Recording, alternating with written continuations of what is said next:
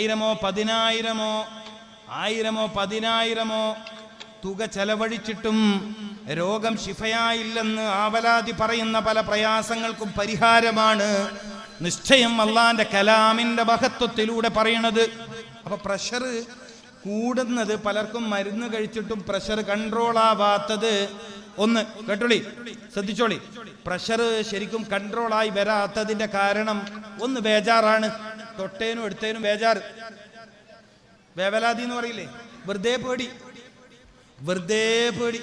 മോള് കല്യാണം കഴിയുന്നത് വരെ കല്യാണം കഴിയാത്തതിന്റെ ബേജാറ്, കല്യാണം കഴിഞ്ഞാൽ പ്രഗ്നന്റ് ആവാത്തതിന്റെ പേടി, പ്രഗ്നന്റ് ആയാൽ എൻ്റെ മോളെങ്ങനെയാ പറയുക, എൻ്റെ മോളെങ്ങനെയാ, പ്രസവിക്കുന്നത് വരെ ഇവളെ ബേജാറ്, പ്രസവിച്ചു കഴിഞ്ഞാൽ ഈ കുഞ്ഞ് വളരുന്നതിന്റെ ബേജാറ്, പിന്നെ ഓളെ കല്യാണത്തിന്റെ ബേജാറ്. സബ്ജക്റ്റ് എപ്പോഴും ഉണ്ടാവും. നമ്മളെ സ്ത്രീകളെ കാര്യമാണ് പറയുന്നത്, മനസ്സിലാക്കണം. കാരണം വെറുതെ ഉണ്ടാക്കി ബേജാറാവുക.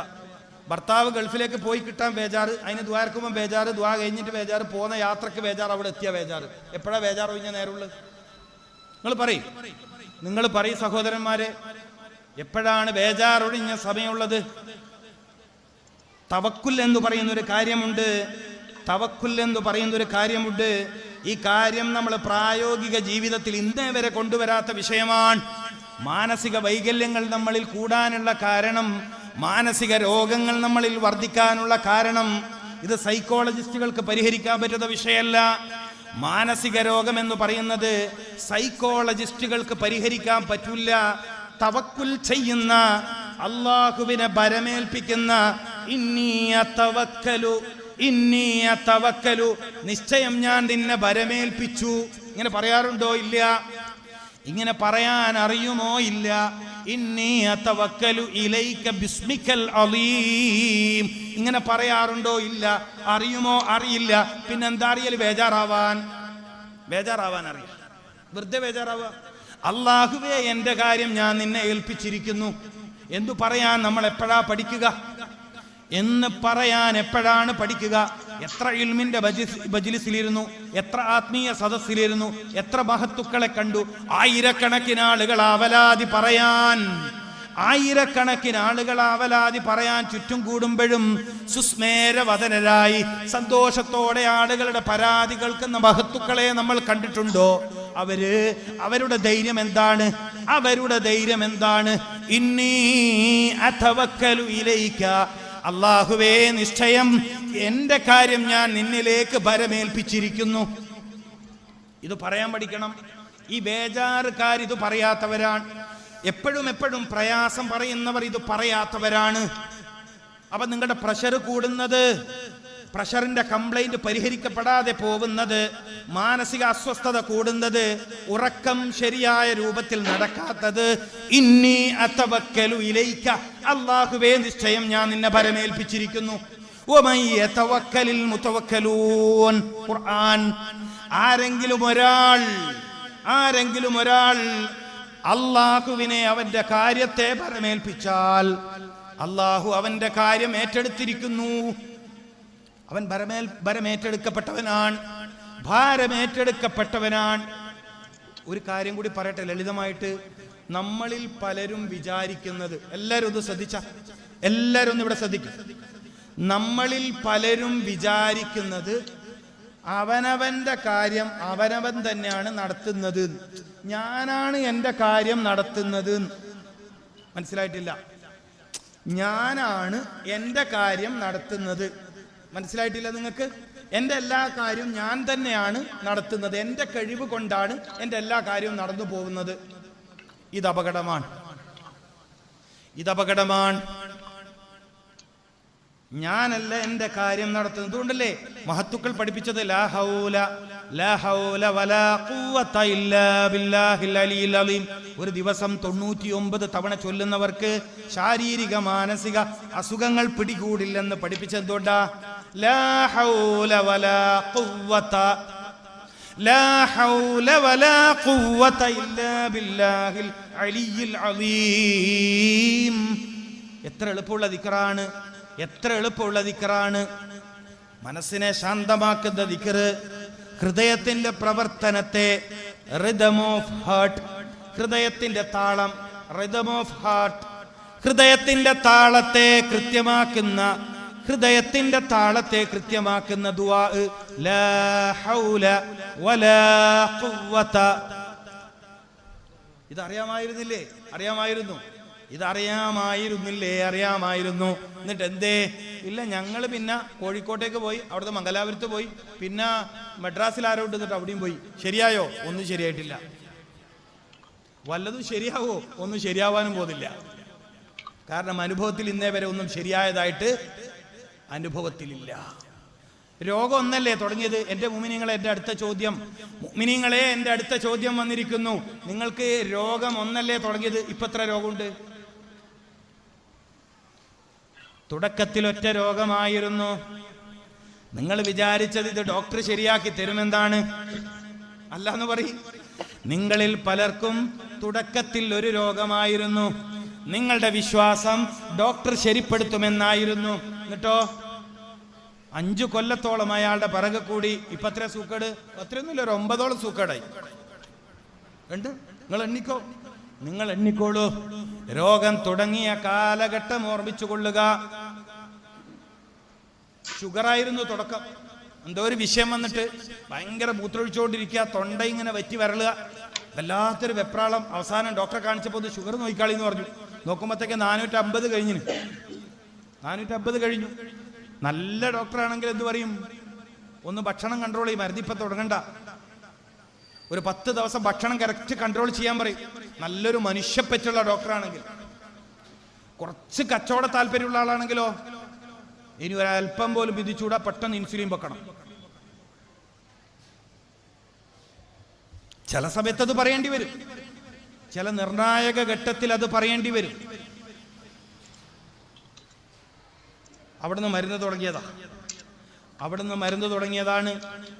ഒരു 5-6 കൊല്ലം കഴിഞ്ഞപ്പോൾ കിതപ്പ് വരാൻ തുടങ്ങി, കൈകാലുകളിൽ തെരിപ്പ് വരാൻ തുടങ്ങി. ഗുളികയിൽ തുടങ്ങിയത് ഇൻസുലിനിലേക്ക് എത്തി. ഇൻസുലിൻ 5, 10 12 തുടങ്ങിയത് 30 ഒക്കെ അടിക്കാൻ തുടങ്ങി. രാവിലെ 30, ഉച്ചക്ക് 35, രാത്രി 25. മാറ്റൊന്നുമില്ല. ഓരോ തവണ കുത്തിക്കയറുന്നതിനനുസരിച്ചും ഈ ശരീരത്തിൽ മരവിപ്പ് വരാൻ തുടങ്ങി, കല്ലിപ്പ് വരാൻ തുടങ്ങി, രക്തോട്ടം കുറയാൻ തുടങ്ങി, ഹാർട്ടിന്റെ പിടിപ്പ് കുറയാൻ തുടങ്ങി, കിഡ്നിയുടെ പ്രവർത്തനം താറുമാറാവാൻ തുടങ്ങി. അപ്പൊ നെഫ്രോളജിയെ കാണിക്കാൻ പറഞ്ഞു. ഇതൊക്കെ നിങ്ങൾക്കറിയുന്ന കാര്യമാണ് ഞാൻ ഈ പറയുന്നത്, നിങ്ങൾക്കറിയാവുന്ന കാര്യമാണ് പറയുന്നത്. പലരും എത്ര മരുന്നാ കുടിക്കുന്നത്? 18-20ഓളം മരുന്ന് കുടിക്കുന്ന ആളുകൾ, 18 മുതൽ 20 വരെ മരുന്ന്. അള്ളാഹുവേ, ഇത്തരം ദുരവസ്ഥകളെ തൊട്ട് ഞങ്ങൾ എല്ലാവരും കാത്തുരക്ഷിക്കണേ അല്ലാ. തൊട്ടതിനും എടുത്തതിനും വെച്ചതിനൊക്കെ മരുന്ന് കുടിക്കേണ്ടി വരുന്ന അവസ്ഥകളെ തൊട്ട് ഞങ്ങളത് കാക്കണേ അല്ലാ. ഞങ്ങൾ അറിവില്ലായ്മ കൊണ്ടും ശ്രദ്ധയില്ലായ്മ കൊണ്ടും ഞങ്ങൾ രോഗികളായി, ഞങ്ങൾ വല്ലാത്ത പ്രയാസത്തിലാണ്. നീ ശിഫ നൽകണേ അല്ലാ, ശിഫ നൽകണേ അല്ലാ. ബിനൂരി മുഹമ്മദിൻ മുസ്തഫ സല്ലല്ലാഹു അലൈഹി വസല്ലം. അപ്പം ഞാൻ പറയുന്നത് എന്താ വിഷയം? നമുക്ക് മനസ്സിന് സ്വസ്ഥതയില്ലാത്തതാണ് രോഗങ്ങൾ പലതും ശിഫയാവാത്തത്. മനസ്സിന് സ്വസ്ഥതയില്ലാതാവാൻ കാരണം എൻ്റെ എല്ലാ കാര്യവും ഞാൻ തന്നെയാണ് ചെയ്യുന്നത് എന്ന തോന്നലാണ്. എൻ്റെ എല്ലാ കാര്യവും ഞാൻ തന്നെയാണ് ചെയ്യുന്നത്, എൻ്റെ റബ്ബ് ഞാനാണെന്ന തോന്നല് പാടില്ല. എൻ്റെ റബ്ബ് ഞാനാണെന്ന തോന്നൽ നമ്മളിൽ പലരിലും വന്നിട്ടുണ്ട്. ഇലാഹ് നീ തന്നെയാണ്, ഖാലിഖ് നീ തന്നെയാണ്. ഈ പ്രയോഗം ശ്രദ്ധിക്കണേ, ഇതൊക്കെ നന്നായി പഠിച്ച ഉപകാരപ്പെടുന്ന ഇൽമാണ്. ഇലാഹ് നീ തന്നെയാണ്, ഖാലിഖ് നീ തന്നെയാണ്, പക്ഷെ റബ്ബ് ഞാനാണ്. അതിന്റെ അർത്ഥം മനസ്സിലായിട്ടില്ല. നിങ്ങൾക്ക് ഇതിന്റെ അർത്ഥം മനസ്സിലായിട്ടില്ല. ഇലാഹ് നീ തന്നെയാണ്, അതുകൊണ്ട് നിസ്കാരവും നോമ്പും ഹജ്ജൊക്കെ നിനക്ക് തന്നെ. ഖാലിഖോ, എന്നെ പഠിച്ചതോ നീ തന്നെ, അതുകൊണ്ട് പഠിച്ചോനെ എന്നൊക്കെ വിളിക്കും. പക്ഷെ റബ്ബ് എന്താ ഇതിന്റെ അർത്ഥം? പരിപാലനം, ശരീരത്തിന്റെ പരിപാലനം. റബ്ബെന്ന് പറഞ്ഞാൽ അതിന്റെ അർത്ഥം എന്താണ്? പരിപാലനം, പരിപാലിക്കുന്നവൻ, കേടുപാട് തീർക്കുന്നവൻ. അർത്ഥം അങ്ങനെയല്ലേ? ന്യൂനത ഇല്ലാണ്ടാക്കുന്നവൻ. എന്താ റബ്ബിന്റെ അർത്ഥം? ന്യൂനത ഇല്ലാണ്ടാക്കുന്നവൻ. എന്തിന്റെ ന്യൂനത? പറയ്, എന്തിന്റെ ന്യൂനത? വല്ല ഷൈഇനും, വല്ല വസ്തുവിനും ന്യൂനത വന്നു പോയാൽ, കുറവ് വന്നു പോയാൽ, ഒരു രോഗി പഠിക്കേണ്ട വിഷയമാണിത്. വല്ല വസ്തുവിനും ഒരു ന്യൂനത വന്നു പോയാൽ എന്ന് വെച്ചാൽ കണ്ണിന്റെ കാഴ്ച കമ്മിയായാൽ, ചെവിയുടെ കേൾവി കുറഞ്ഞാൽ, ഹൃദയത്തിന്റെ പ്രവർത്തനം കുറഞ്ഞാൽ, കരളിന്റെ പ്രവർത്തനം കുറഞ്ഞാൽ, കിഡ്നിയുടെ പ്രവർത്തനം കുറഞ്ഞാൽ ന്യൂനതയാണ്. അപ്പൊ ന്യൂനത ആരാ പരിഹരിക്കേണ്ടത്? ഒരു വസ്തുവിന്റെ ന്യൂനതയെ ഘട്ടം ഘട്ടമായി പരിഹരിച്ചുകൊണ്ട് അതിന്റെ പരിപൂർണതയിലേക്ക് എത്തിക്കുന്നവൻ എന്നാണ് റബ്ബിന്റെ അർത്ഥം. റബ്ബ് എന്നതിന്റെ അപ്പൊ രോഗി അള്ളാൻ എന്താ വിളിക്കേണ്ടത്? യാ അല്ലാന്ന് വിളിക്കണോ, യാ റബ്ബി എന്ന് വിളിക്കണോ? യാ റബ്ബന, യാ റബ്ബി എന്ന് വിളിക്കണം. ഒരു രോഗി അള്ളാഹുവിനെ ഏറ്റവും കൂടുതൽ വിളിക്കേണ്ടത് റബ്ബന. ആ രൂപത്തിലാണ് അന്ത റബ്ബി, അന്ത റബ്ബി എന്ന രൂപത്തിലാണ് അള്ളാഹനെ വിളിക്കേണ്ടത്. നീയാണ് എൻ്റെ പരിപാലകൻ, നീയാണ് എൻ്റെ പരിപാലകൻ എന്ന് വെച്ചതിന്റെ അർത്ഥം എൻ്റെ ശരീരത്തിൽ ഇപ്പോഴുള്ള ന്യൂനതകളെ പരിഹരിക്കുകയും അതിനെ പൂർണ്ണസ്തുതിയിലേക്ക് മടക്കി കൊണ്ടുവരികയും ചെയ്യുന്നവൻ നീയാണ്. അന്ത റബ്ബി വഅന അബ്ദുക, അന്ത റബ്ബി വഅന അബ്ദുക. ഈ ബോധം ഒരു മനുഷ്യനിൽ വന്നാൽ അയാളുടെ രോഗം ശിഫയാവാൻ എളുപ്പമാണ്. രോഗം ശിഫയാവാൻ എളുപ്പമാകുന്ന ഒരു വഴിയാണ് പറഞ്ഞത്. അന്ത റബ്ബി വഅന അബ്ദുക, ഞാൻ നിന്റെ അടിമയാണ്, നീ എൻ്റെ രക്ഷിതാവാൻ എന്ന് വെച്ചാൽ അതിന്റെ അർത്ഥം എന്താ? അതിന്റെ അർത്ഥം എന്താണ്? എൻ്റെ ശരീരത്തിന് പിടികൂടിയ പ്രയാസത്തെ ഘട്ടം ഘട്ടമായി നീക്കിത്തരുന്നവൻ നീയാണ്. അള്ളാഹു അങ്ങനെ ചിന്തിക്കാൻ നമുക്ക് തൗഫീക്ക് തരട്ടെ. അള്ളാഹു അങ്ങനെ ചിന്തിക്കാൻ നമുക്ക് തൗഫീക്ക് നൽകട്ടെ. രോഗം മാറുമോ എന്ന ബേജാർ എന്തുകൊണ്ടാ വരുന്നത്? നമ്മൾ ഇന്ന് കൂടുതലും ചർച്ച ചെയ്യുന്ന ബേജാറിനെ കുറിച്ചാണല്ലോ. ബേജാറ് കൂടുന്നതാണല്ലോ പലർക്കും രോഗം ശിഫയാവാൻ വൈകുന്നത്. ഒരു രോഗിക്ക് പാടില്ലാത്തൊരു കാര്യം എന്താണ്? തനിക്ക് പിടികൂടിയ രോഗത്തിന്റെ പേരിൽ ബേജാറ് പാടില്ല. എന്താ അങ്ങനെ പറയാൻ കാരണം? ബേജാറ് വരുമ്പോ എന്ത് സംഭവിക്കും? രോഗം വർദ്ധിക്കും പ്രിയപ്പെട്ടവരെ. ബേജാറ് വരുമ്പോ രോഗം വർദ്ധിക്കും പ്രിയപ്പെട്ടവരെ. അപ്പൊ നമ്മുടെ പരിപാടിയുടെ വിജയത്തിന് വേണ്ടിയിട്ട് സംഭാവനക്ക് വേണ്ടി വരുന്നുണ്ട്. അത് പൊതുവായൊരു പിരിവാണ്, കാര്യമായ പിരിവ് എന്നുള്ള നിലക്ക് ഇത്രയും മഹത്തായൊരു മജ്ലിസാണ്. ഇൽമ പറയുന്നതാണ്, ജീവിതത്തിൽ നമ്മുടെ ആയുസ്സിനും ആഫിയത്തിനും ബർക്കത്ത് കിട്ടിയ സദസ്സാണിത്. ജീവിതത്തിൽ ഏറ്റവും അനിവാര്യമായ ഇൽമ പഠിക്കാൻ അള്ളാഹു അവസരം തന്ന സദസ്സാണിത്. അപ്പൊ ഈ സദസ്സിനെ പരിഗണിക്കണം, ഈ സദസ്സിനെ ബഹുമാനിക്കണം, ഈ സദസ്സിനോട് സ്നേഹമുണ്ടാവണം, ഈ സദസ്സിനോട് ഇഷ്ടമുണ്ടാവണം, ഈ സദസ്സിനെ മാനിക്കണം. മാനിക്കുന്നതിന്റെ ഭാഗമായിട്ട് ഇതിന്റെ വിജയത്തിന് വേണ്ടി ചെറിയൊരു സംഭാവന, അവരങ്ങനെയാ പറയാ, ചെറിയൊരു സംഭാവന എന്നാ പറയാ. നമുക്ക് മനസ്സിന് സംതൃപ്തമാകുന്ന രൂപത്തിൽ അതിലെല്ലാവരും ഹദിയ കൊടുക്കണം. അള്ളാഹു ബർക്കത്ത് ചെയ്യട്ടെ. മുബാറക്കായ ഷഅബാ മാസത്തിൽ അള്ളാഹു നമ്മൾ ചെയ്യുന്ന എല്ലാ കാര്യത്തിലും അള്ളാഹു ബർക്കത്ത് പ്രദാനം ചെയ്യട്ടെ. അള്ളാഹുവേ ഞങ്ങളുടെ ഈമാനിലും ഇൽമിലും ആഫിയത്തിലും ഞങ്ങളുടെ കച്ചവടത്തിലും ഞങ്ങളുടെ യാത്രയിലും വീട്ടിലും മസ്ജിദിലും മദ്രസയിലും സർവ്വ മുആമലാത്തിലും നീ ബർക്കത്ത് ചൊരിയണേ അല്ലാ. ഈ സദസ്സിന്റെ ആമീൻ പരിഗണിച്ച് ബർക്കത്ത് ചെയ്യണേ അല്ലാ.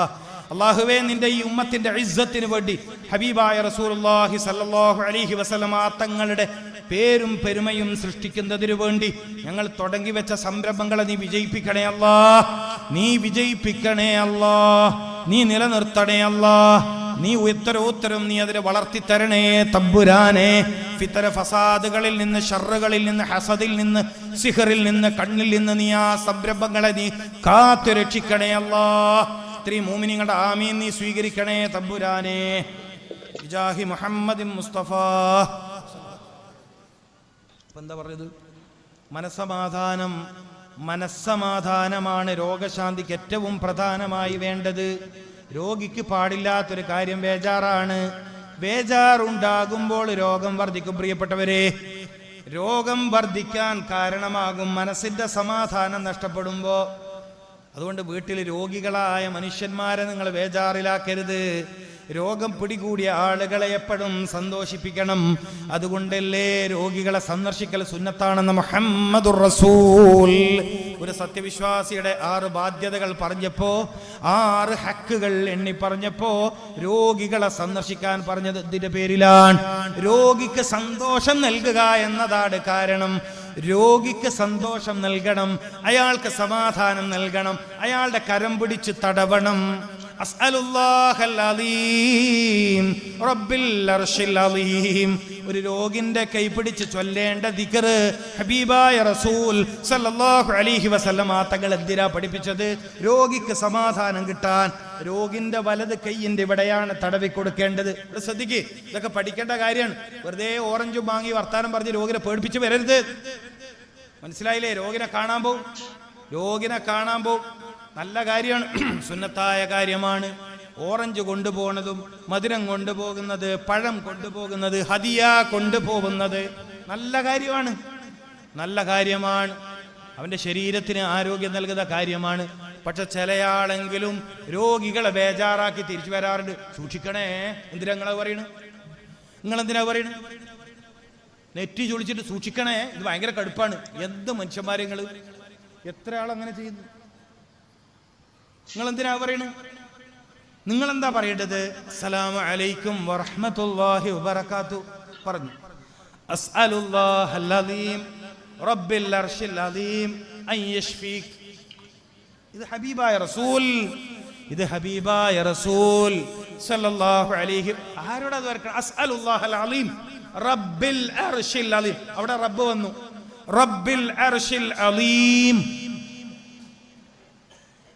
നിങ്ങളുടെ സന്ദർശനം കാരണം ഈ മനുഷ്യന്റെ രോഗത്തിന്റെ ശിഫ അല്ലാഹു തീരുമാനിക്കുകയാണ്. അല്ലാഹു കബൂൽ ചെയ്യട്ടെ. അതിനാണ് രോഗികളെ സന്ദർശിക്കണം എന്ന് പറയുന്നത്. പക്ഷെ പലരും എടങ്ങേറുണ്ടാക്കലാണ് പതിവ്. ചില ആള് സൂക്കേടുള്ള ആളെ കാണാൻ പോകും, 1 മണിക്കൂറിൽ ഇരുന്നാളി. പാടില്ല. രോഗികളെ കാണാൻ പോയാൽ പെട്ടെന്ന് മടങ്ങണം. ഇനി അവര് പറയണത് നീ കുറച്ചേരം ഇവിടെ ഇരിക്ക്, നീ ഇരിക്കുമ്പോ ഒരു സമാധാനമാണ്, എന്നാൽ ഇരുന്നു കൊടുക്കാം.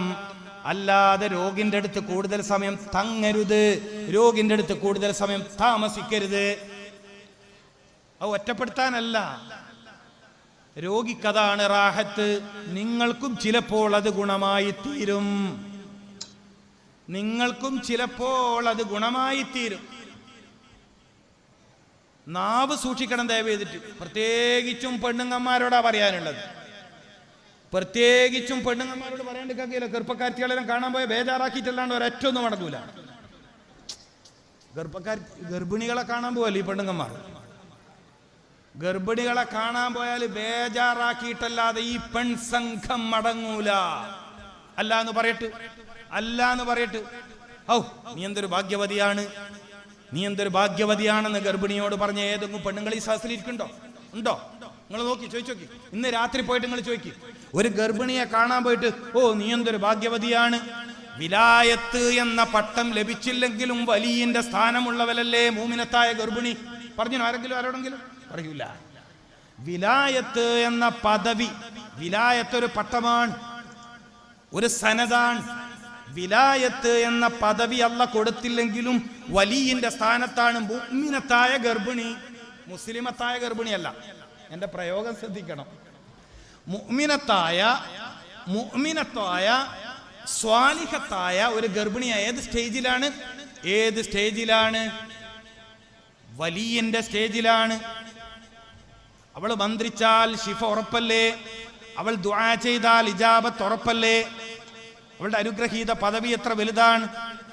ഇത് പറഞ്ഞ് സന്തോഷിപ്പിച്ച് വരേണ്ടതിന് പകരം അല്ല പാത്തു നീ അറിഞ്ഞിട്ടില്ലേ കഴിഞ്ഞ ആഴ്ച മറ്റേ പെണ്ണ് പെറാൻ പോയിട്ട് ചോര വാർന്ന് മരിച്ചത്, അടുത്ത മാസം പ്രസവിക്കാൻ പോണ്ട പെണ്ണാൻ ഇഞ്ഞേടെയാ കാണിച്ചിനി.